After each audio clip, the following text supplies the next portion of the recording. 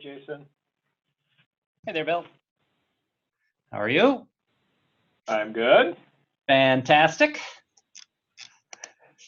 We've already got a couple people waiting. Great. It's a good thing.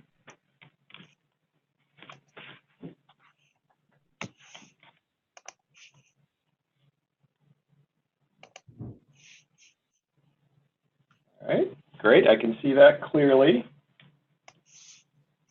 Fantastic.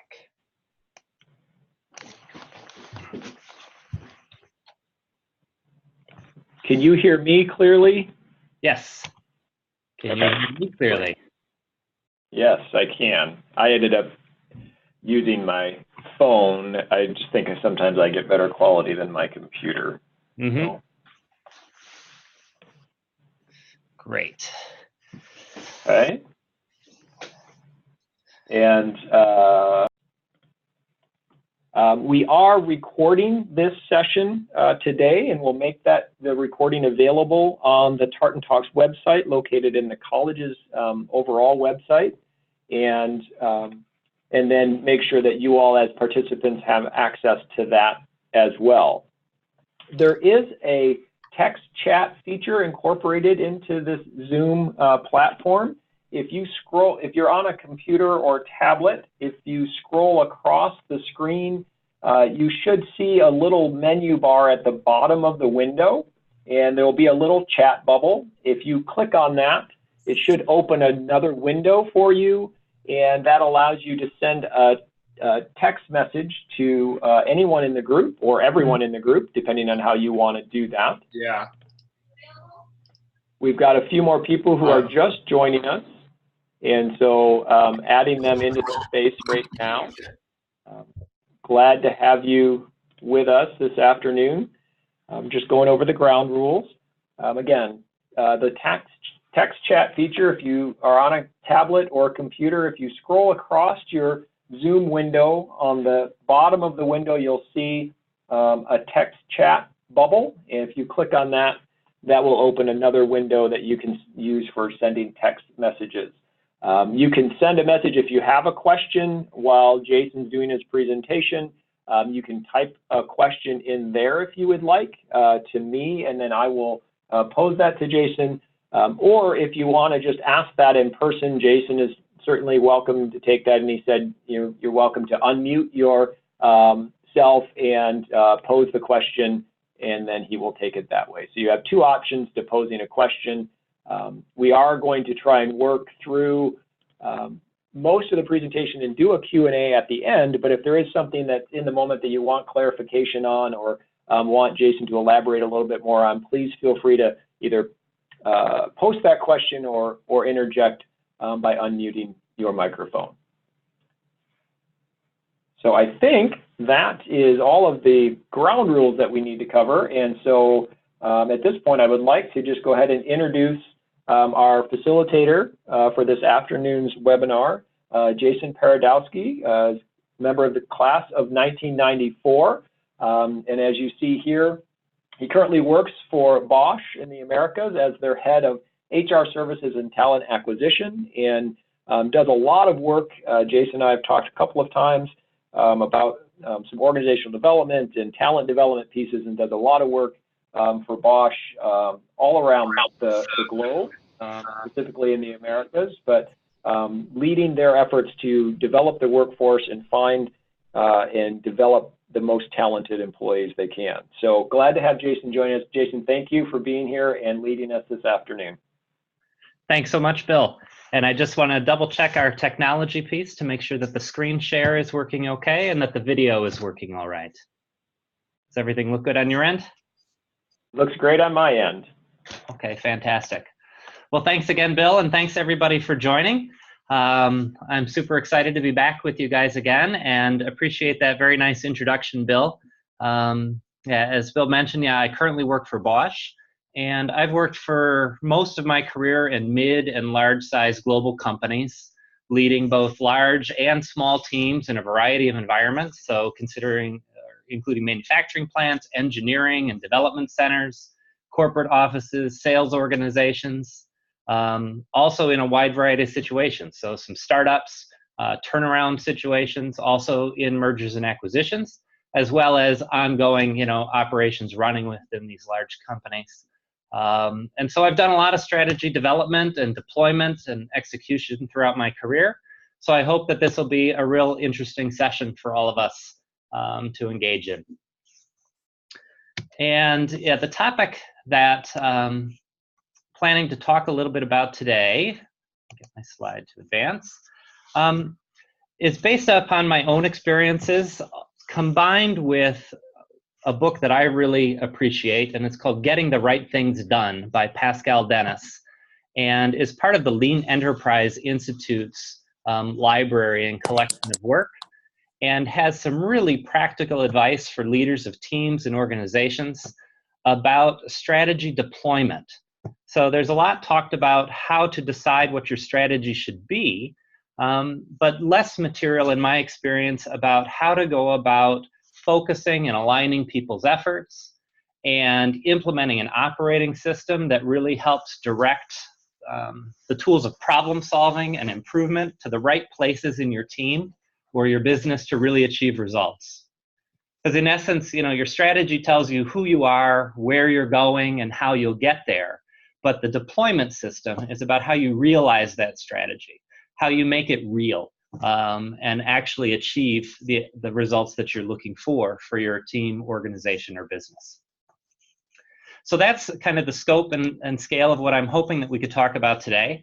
And as Bill mentioned, I'm happy to have some input as well at a couple of points here. So if you do have some questions along the way, do feel free to put them into the chat window or unmute yourself and go ahead and interrupt and ask a question.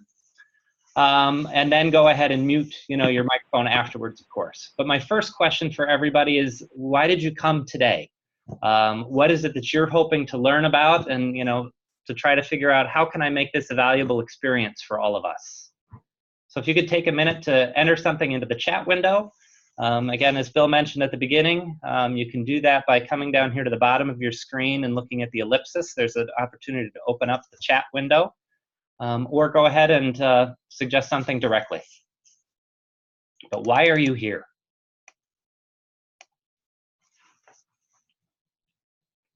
What problems are you maybe facing that you're looking to get some thoughts about?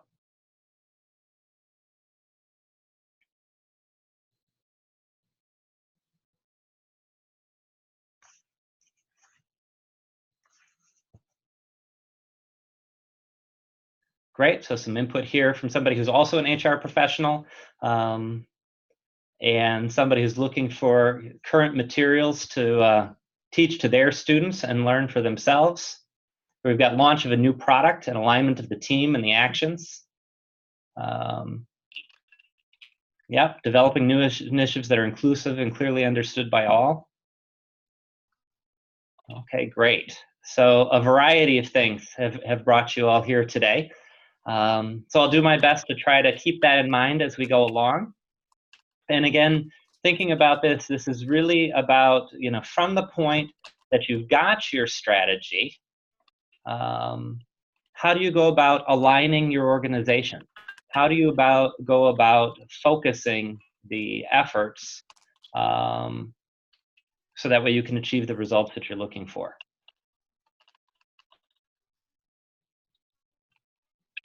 Yes, how do you continually determine your priorities? How do you reprioritize? Are definitely challenges we face, and I like to call this the age of overwhelm, where I don't know about you, but I on average get about 150 to 200 emails, work emails a day, and maintaining focus in that is very difficult. So great. Thank you very much for those inputs. So I've got kind of 2 or 3 points to make throughout the slides that I'd prepared. And again, if something in particular jumps up for you, we'll have a chance hopefully to talk more at the end, but be happy to help clarify what I mean by something as we go along. And first off, this is my synthesis, if you will, of the theory and the applications from Pascal's book. And he talks about the fact that ultimately, the essence of strategy is the synthesis of both analysis and intuition. So there was a question here about how do you determine your strategy? And so he does talk a little bit about that, and really reflects that your strategy needs to be a persuasive story to be really effective, a narrative that you can really help explain to others, whether they be other managers in your team, the associates in your group, customers, suppliers, development partners, everyone you interact with. And really has to be one that makes it easy for people to know what to do than to make that dream, that strategy, a reality. And so the first piece of a strategy deployment system, again, is getting agreement on, well, where are we headed? Who are we? And where are we going? And to get alignment and agreement on that true north, if you will. And I think it's also important to recognize, as was pointed out in one of the comments, that not much goes according to plan in life, right? So you have to adapt. And this approach makes your plan visible. It establishes a goal and direction. It can allow you to make variances or abnormalities from the plan visible, because your strategy isn't intended to lock you in. It's not something that you design and then you put up on a shelf and you never look at again. It's something that's designed to enable you to be effective. And if you follow these approaches that we'll talk about today, I think you'll have a better chance of achieving the results that you're looking for. Before we go into some of those methods, I want to talk about one other thing that's also in the book, and it talks about the mindset necessary for leadership in order for a strategy deployment system like this to really work. Because if you don't have the right mindset, you can deploy all the tools in the world, but you won't likely get the results that you're looking for. And so I've got 5 points here that really stuck out to me that I'd like to share. And the first point is that as leaders, we may think we have the answers. Many of us have gotten to where we are in our lives and careers because we're good, right? We've had successes in the past. You are able to solve problems. You're able to deliver results. And so you may think that you've got, the answer to a particular problem that somebody's got. But really, instead of telling people what to do and how to do it, I believe that you've got to have the mindset that you've got to help coach people to figure it out for themselves. As I put it within my team, I tell them that, you need to add less value and help people to, again, learn how to solve problems and to implement solutions for themselves. So it's not often that somebody tells you to add less value, maybe at work or in life, but it's one of my catchphrases within my team here. The second point, so in addition to being open to letting others lead, you've got to go and see for yourself. So I worked in manufacturing for many years, and so yeah, I'm a student of lean manufacturing principles, and you might have heard this term, going to the Gemba. It just means going to where the work is done, going and looking and seeing at what's actually happening, where the work happens, with the people that do the work, to see what's happening. Look at the data, talk to the people, go and see what's actually happening. I still find, even after practicing this for many years, it's very easy to walk in and say what you think is happening, and you need to know in order to really solve problems. So that's the second principle. A third principle is around visual management and visual standards. And this again comes out of my experience in manufacturing, but it works everywhere that I've worked. And by making things visible, you provide focus. You allow people to see what's important. And a really good visual standard is often best when it's maintained by those doing the work, that emphasizes graphics rather than numbers and words, as opposed to these slides, right, which are all words. So these are terrible examples of good visual standards, but they have a different purpose, of course. And they should be able to be understood just by looking at them. So that way you can tell, are you on track? Are you achieving the results that you expect? And you don't need these things everywhere, is my last point here. Not everything has to have a visual standard. Only those things that are really important to you, to your goals, to your strategy, need to have extra focus and extra attention placed on them. So that's the third element. Use visual management and visual standards in your team or organization. Fourth out of 5 goes along with visual management, but you've got to have a culture and a team that makes problems visible in order to improve. You know, you can't fix a problem that you don't know about. And I've learned that you can better focus people, you can get alignment, you can get support to resolve issues if you make them transparent and visible, you know, for everyone to see. And you don't want people to cover up mistakes. You have to encourage people to share what's working well, what's not working well in your teams and in your organizations. And it's really tough to change this mindset in a culture if you or the culture is used to looking for who's at fault rather than treating the problem as an opportunity to improve success in your results. And it can be really challenging to convince those that you maybe work with that they won't be punished for sharing mistakes if they've been punished in the past for bringing their own or others' mistakes forward. And it's really hard. I've certainly worked with a few people that, you know, somewhere along the way, they had to have been really punished for doing something wrong because they're scared, they're afraid to share. And no matter how open you may be, you have to continue to provide support and reward and recognize those that bring problems to the table. So that way you can make things better, so that you can achieve your success, achieve your goals for your team. And the last leadership principle that I would share is that everyone needs to be a problem solver in your organization. You can't make it too hard for people to solve problems. If you only allow managers or engineers or developers to fix the problems in your business, you know, you're really missing out on the power of all the people you work with to creatively solve the issues that are right in front of them. In addition, you know, you just don't have the resources, right? If you limit the number of resources working on problem solving, you shorten and, you know, limit the amount of success that you can achieve. And so I believe that really the number one job that I have as a leader is to coach and mentor everyone to be problem solvers, and to help them to learn how to prioritize, to learn how to change priorities as the environment around them shifts and changes. You know, in this day and age, yeah, I mean, you've got political and cultural and social and economic variability, in addition to the variability that you have within your own team or organization. And you have to enable people to be able to identify those issues, identify the resources needed to fix them, and really empower them to solve the problems that they see in their work. And the more that I've done that in my own experience, you know, the better the results are and the faster that you get success for your teams. So let me take a quick pause here to see if there's any particular questions about mindset of leadership to be more effective in successfully executing your strategies.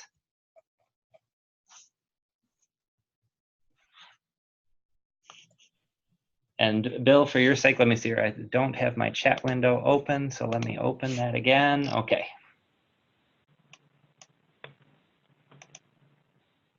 Yep, this is a chance you can either put it in the chat, or if you want to unmute quickly and pose a question or ask for clarification, feel free to do that.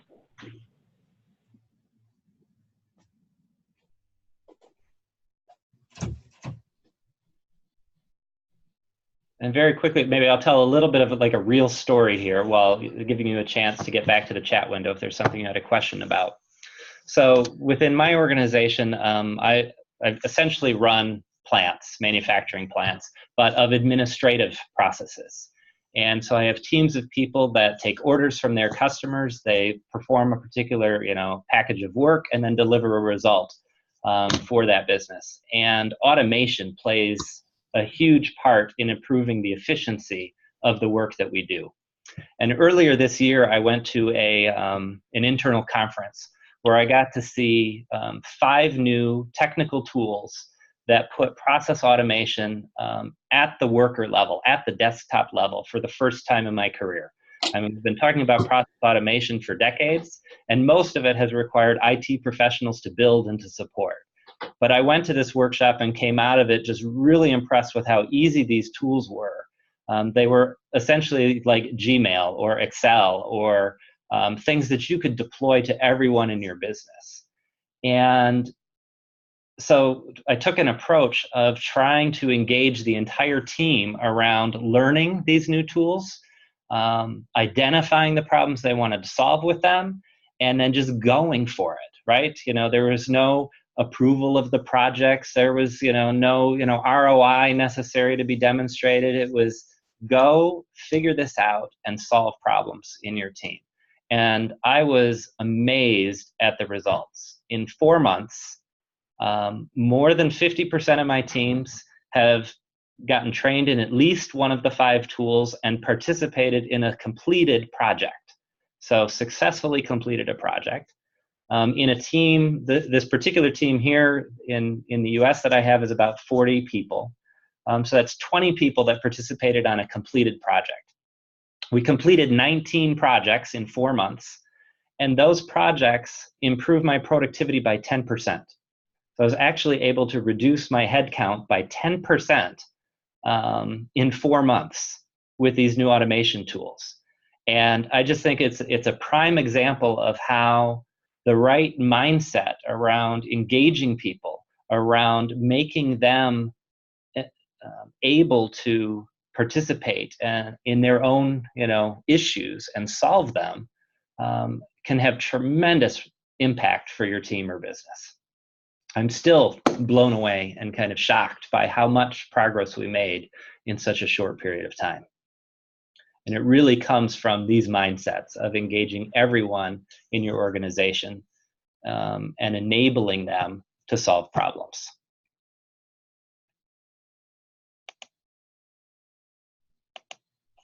But okay, the second component, after you've got your strategy, again, so today we really want to talk about deployment of that strategy, less so on what is your strategy and making sure that you know what it is. But once you've got the right mindsets, once you've developed your strategy, your true north, as you will, and you've already guessed, I'm sure, that I believe the next most important job of a leader is to develop problem solvers in their organizations. I believe that the PDCA approach can help you to do that. And so what is PDCA? If you've not ever heard of it, it's an acronym that stands for plan, do, check, and act or adjust in different circles. I've seen it. And it's really a way to describe the scientific method, right? It's about developing hypotheses, looking at data, looking at what's happening in your workspaces or in the environment that this particular issue resides in, deciding what the root causes are, deciding on measures to address and improve the situation and tackle those root causes, putting in action plans in place to fix those things, and then going back and checking. Did what I do work? Did it have the impact that I wanted? And if it didn't, then great, you adjust and you make changes and you try again. If it did, great. How do you make it sustainable in your business? And throughout the work, Pascal's book, I mean, he argues that, again, you've got to have this at every level of your organization and to be successful. You've got to enable everybody to drive improvement for your business. So you want everybody to develop hypotheses, test them in the real world, and drive improvement for you and your teams. And as leaders, I mean, we also have to practice.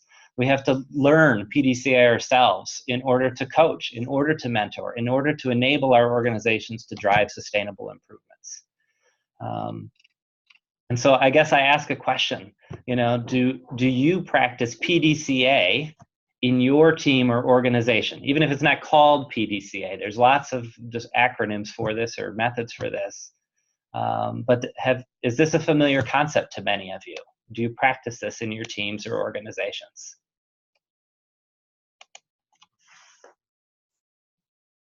And if yes, what works? Or what doesn't work? What do you need to do differently? Or what do you need to learn in order to learn more about this?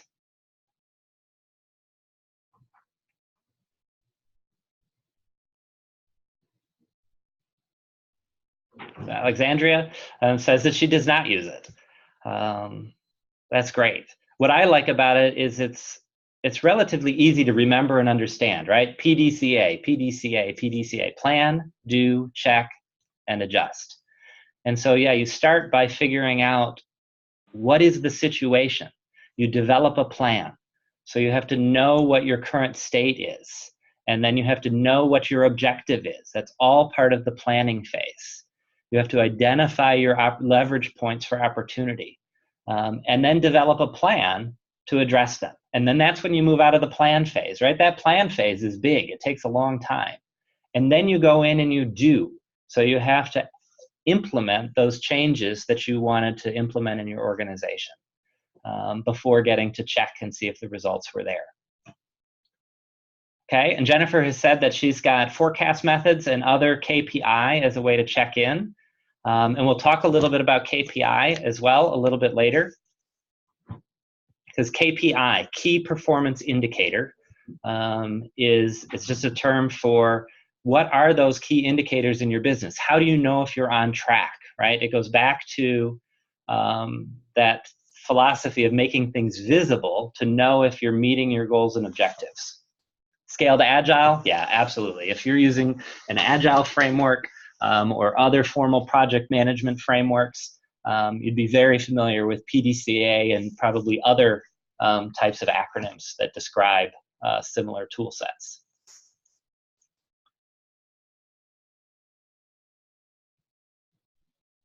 Okay, great. Yeah, it requires a great deal of intentionality and focused attention. It really does. And that's a great segue, Bill, to my next slide. Is that if you're starting out with this in a team or for yourself, is don't worry about doing it exactly right. And also don't worry about maximizing your results at the start. Many organizations I've worked with, in order to get a problem solved, you had to submit a business case in a very formal way, and you had to have a return on investment calculated on that before you could get started. My advice to you would be don't do that. Don't make the mistake of making it too complicated. You want, again, to engage and enable everyone to participate in problem solving and to have the confidence that they're doing it effectively. And if this is something new for you, you have to practice solving problems in a more disciplined way than you've maybe been used to it. Having these stages, having these gates. And definitely, as Bill said, be prepared, as I put here. It requires a lot of energy. In my experience, I think we as human beings have a tendency to skip straight to do, right? We go, yep, we know what the problem is. We know exactly what we want to fix. Let's just get it done. Our whole culture, right, is Nike culture. Just do it. And we don't really plan, check, or adjust. And my experience has suggested that it's easier to get people to think about planning, right? You have to know what's your current state, what's your expected future state, what are your objectives from doing something. But going back and checking and adjusting is really, really hard. And without doing the whole process, you really can't make sustainable process or progress as a team if you're only doing without the rest of the steps. And so why are these things important? Because over time, I mean, I've learned that the more frequently you check your progress towards a goal or towards a standard, the less there is to fix, the less there is to correct. Some of you have maybe heard a quote, you know, what percentage of a time is a pilot in a commercial airliner on course between point A and point B? And it's something like less than, 0.5% of the time are they exactly on course. They are continually course correcting. Now, in these days, okay, computers do most of the course correcting, on the flight. Same thing applies to driving in a car. How much of your time are you exactly on course versus the car is shifting and adapting to, the road, and you have to continually adjust the steering wheel to stay on track? The more frequently you check your results, the less there is to correct. Ultimately, you're striving to have each improvement effort run like an experiment, right? So you want to know what your objectives were, and then you want to compare that with what actually happened. You want to know what you learned and what you're going to do about it next. And without these phases, I mean, you just tend not to make sustainable progress in your teams and your organizations. So yeah, thank you for that great comment, Bill. And this is hard. It's hard for me too, right? Because how many projects do each of you have going at any one point in time? 10, 20, 50, 100? Hopefully your top projects, there's fewer of those that they're prioritized, and you've got 3 or 5 that are maybe the critical things that you want to achieve. But you're busy, you're overwhelmed. There's so many inputs coming into your life, and so you move on to the next thing without really checking your progress, or without really adapting your approach to make sure that you can cascade that to other parts of your organization. So you end up solving the same problems over and over and over again, and not really making significant progress towards your goals.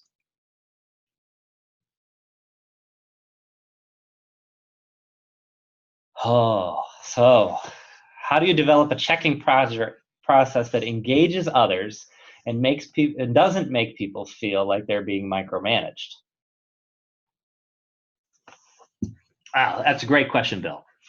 A lot of it comes down to your culture and your approach as a leader to asking questions, and genuinely asking questions about progress and support that people need without going into what I would call like parental mode, to find out what their issues are, to make sure that they understand what's happening, and then to ask, okay, did what you did work? Would you do it differently if you had to do it again?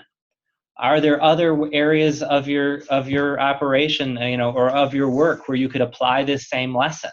So you're not micromanaging the individual project per se, is how I do it, but you're still engaging in questioning that encourages people to check, did they achieve what they expected to do?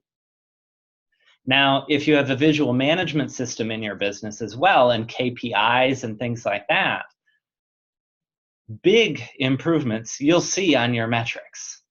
And if your KPI are small enough, you can also see improvements immediately. I mean, I talked already about one project, right? I was taking new tools and looking for process improvements and efficiency improvements from automation.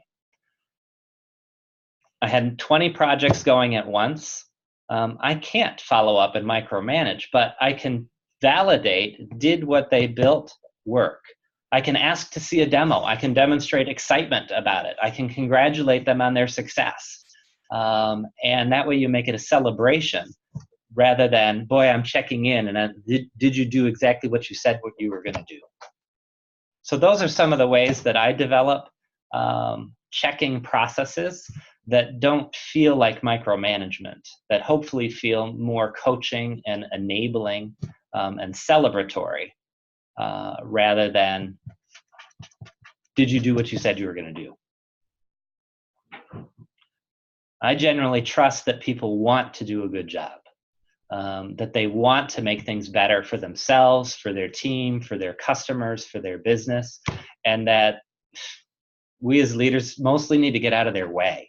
We need to give them the resources. We need to remove the roadblocks that are preventing them from achieving the success.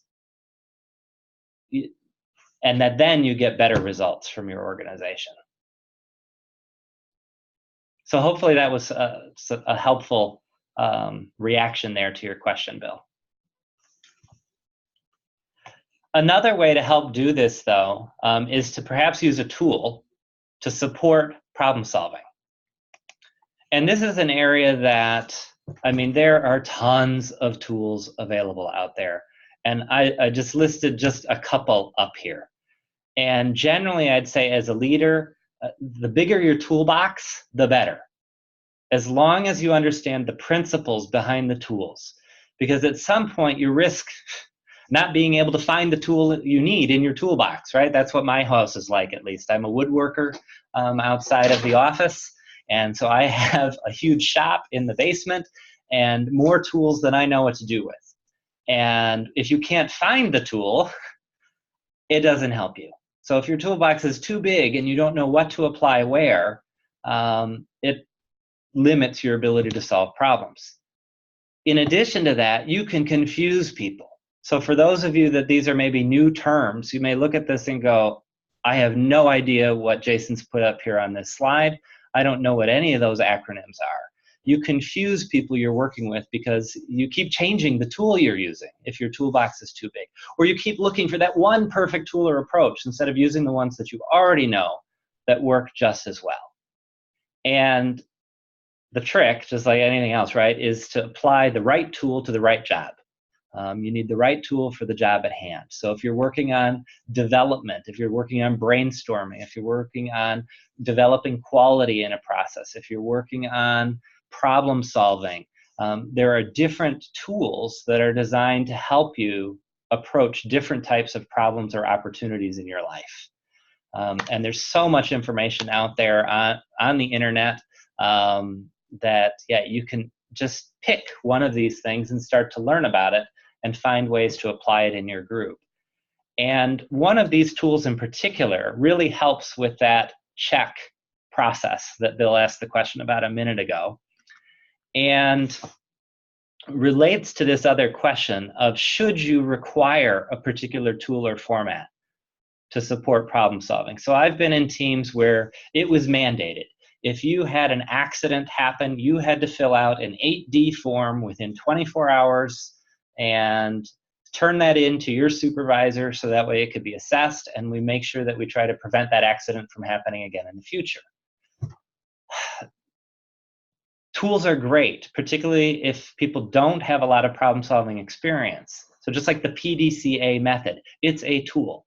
It's a relatively simple tool. It's part of why I like it. It can give you guidance about what to do. And you can think, okay, I need to plan, I need to do, I need to check, I need to adjust. But tools can also do too much. You can make them too complicated. You can make it feel like, oh, I have to fill this form out, and you miss the point of the tool, which is to give guidance. And you know, because you don't want to just complete the form just to check the box without really getting to root cause and adding value to your particular situation.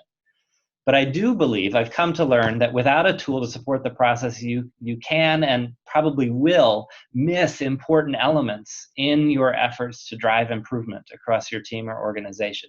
You'll miss the chances to make things sustainable if you don't do the A step, if you don't act and adjust, if you don't take what you learned in team A and apply it to teams B, C, and D across your organization. So my best advice, aside from PDCA as an area to learn about, is to use something that's called an A3. And if you don't know what an A3 is, I mean, just type it in and literally put in, what is an A3? And you'll get tons of information and resources that are available on the internet. If you go to the Lean Enterprise Institute, is one of my favorite resources around A3 thinking and problem solving. It's an approach, it's a method.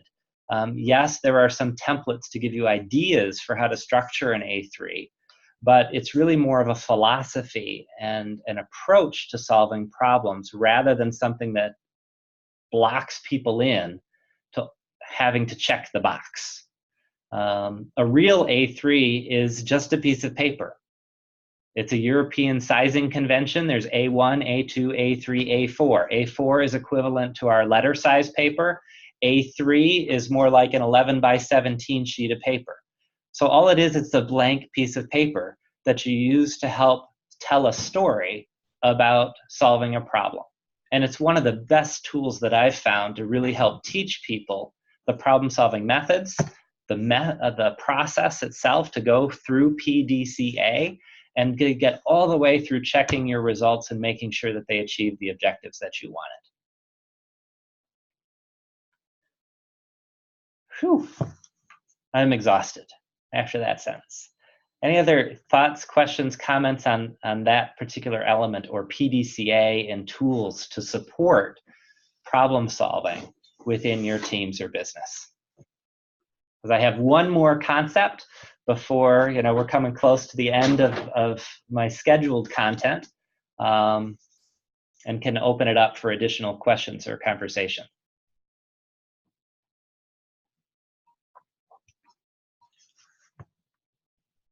Okay, because once, again, you've got your direction. You have your strategy. You've now talked about PDCA and how to apply that in your team. The next thing was hinted at earlier. I forget whose comment that was. I think it was Jennifer's, was talking about KPI and sales forecasting. And so the last thing to do to have a really good and effective strategy deployment system is to institute what I call standard work for leadership. What are your standard review processes and methods to ensure that you're on track? You might have PDCA happening per problem. You might meet daily on certain topics, weekly, monthly, quarterly, annually, longer term cycles as required for your business. So my team handles about 80,000 customer requests in the United States alone per year. So we meet every single day. There's a daily operations meeting. But then we have projects that we have going on. And so then we have a cycle where we meet every other week. We meet on a bi-weekly basis to review our projects and ensure that we're advancing those and keep people informed about what's happening. Then we have a monthly review where we look at our KPI and we check our critical values for our business and say, all right, is our performance matching our expectation?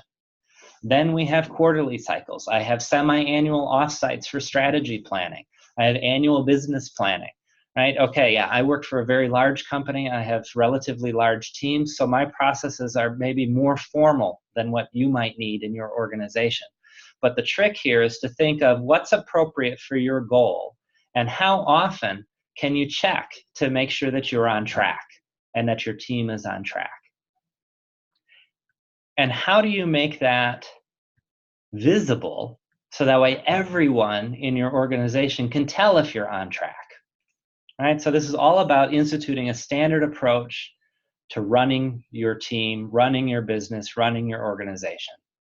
And as I mentioned before, I mean, I've also learned that the more frequently you check your progress towards a goal, the less there is to correct. So you want to evolve from having maybe a monthly check to maybe weekly checks.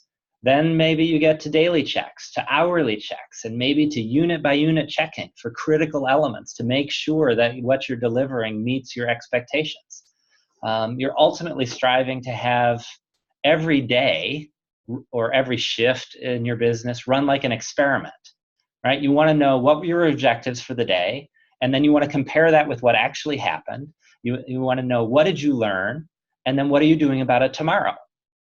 And then at less frequent intervals, you check your performance to your higher level plans and goals, to your quarterly plans, your annual plans, your 5-year plans. And those formal reviews are a chance to reflect. Have our hypotheses worked out? Did we get the results that we were expecting from that change that we initiated? Why or why not? What adjustments do we need to make to our approach to meet our targets? And so at these less frequent intervals, you can start to kind of raise your elevation and start to get to higher level targets and planning for yourself, for your team, for your business. So that's really the third element of having a successful operating system, in my experience, for a team or an organization. But in order to have those things work, you've got to have the right mindset, right, that we talked about at the beginning. So you've got to start. You've got to have a higher level strategy. You've got to know what your objectives are for your team. And distill this to, as I hinted before, just the top 5 or fewer broad objectives that you want to accomplish. And then maybe you break those down into quarterly objectives or monthly objectives. And then you break them into sub-objectives and goals for each part of your organization and your team as it makes sense to you and your team. And for me as well, so that earlier question about micromanagement, so I might be very active and involved in setting the higher level strategy and goals, but then I expect all of my leaders to come to me to tell me what are they going to do? What are their goals? What are their objectives? So all of those subtasks and sub-objectives really are developed by the organization, by the people that are going to have to do that work. As long as they know what the higher level strategy is, you'll have alignment and be moving in the right direction. Then you've got to have that regular progress to check against your goals. As I mentioned before, use visual management, use key indicator dashboards, use standard meeting cycles to review your progress, because this will allow you to check and adjust your plan as you go. And then I do recommend that you do try a template to support the PDCA process. Make it flexible. Use it as a teaching tool, a coaching tool for your teams.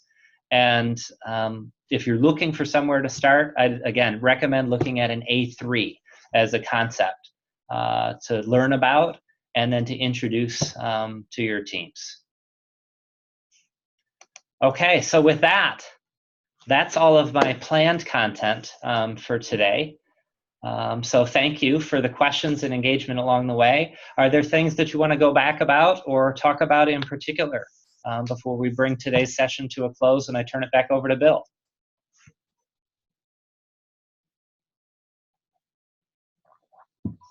Was this helpful? Did this meet some of your objectives that you laid out at the beginning?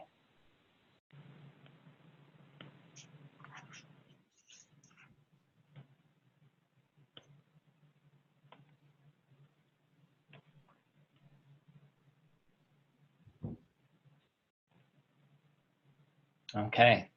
Well, if more comes up in the chats, great. But otherwise, Bill, I'll turn it back over to you. Okay, great. Thanks, Jason. And again, if you have a question, we can hang on here. I know some people will probably have to sign off and get on with other aspects of their day, but we can spend some time. I know Jason said he's available for about another few more minutes. Yep. And so wanted to just say thank you to Jason for, again, leading this session and sharing his experience and knowledge on this topic. And so thanks, Jason, for doing that. Also wanted to let you know that we have our next Tartan Talk webinar scheduled for Tuesday, November 12th. Another alumnus, Rob Longstreet, class of 92, is going to share the top 10 estate planning mistakes that he experiences. He's an estate planning attorney, been doing that for a number of years, and knows that there are folks out there that are kind of working for either their own estate planning or they're working with aging parents and are trying to help them with their estate planning processes and things to avoid. So Rob's going to be giving us a top 10 on that on November 12th, so hopefully you'll join us. And then also that we make all of the recordings of these. As I mentioned, we're recording the session today, and those are available later once we get things edited and ready to go at the elma.edu/Tartan Talks website. So you can go there and see recordings of all the previous Tartan Talks, and then this one will be loaded here probably in another week or so once we get everything cleaned up and the recordings synced. So that's always there for you. Any other questions at this point for Jason? Well, and I do have one other thing, because I see most people are still with us. So Stephanie, I see you said, great, you're going to go Google A3. There is one other book that is also in a story format. So the book that I related things to today is told as a tale of, improvement for a plant. And there's one that talks about using the A3 as really a process for helping to solve problems, gain agreement and alignment in your organization, how to use it as a tool for mentorship and coaching, and to really lead with it. And it's called Managing to Learn. I'll type that in the text real quickly. It's by John Shook, and does a really good job of giving story-based examples about how to really develop A3 thinking and A3 as a management process within your teams and organizations. So I am not affiliated at all in any way with either of these authors. They're just books that over my 25 years in industry, I come back to again and again and again to help teach people how to problem solve and how to teach other people to problem solve. So if you're interested in those, go check those out, and I hope that they're useful for you.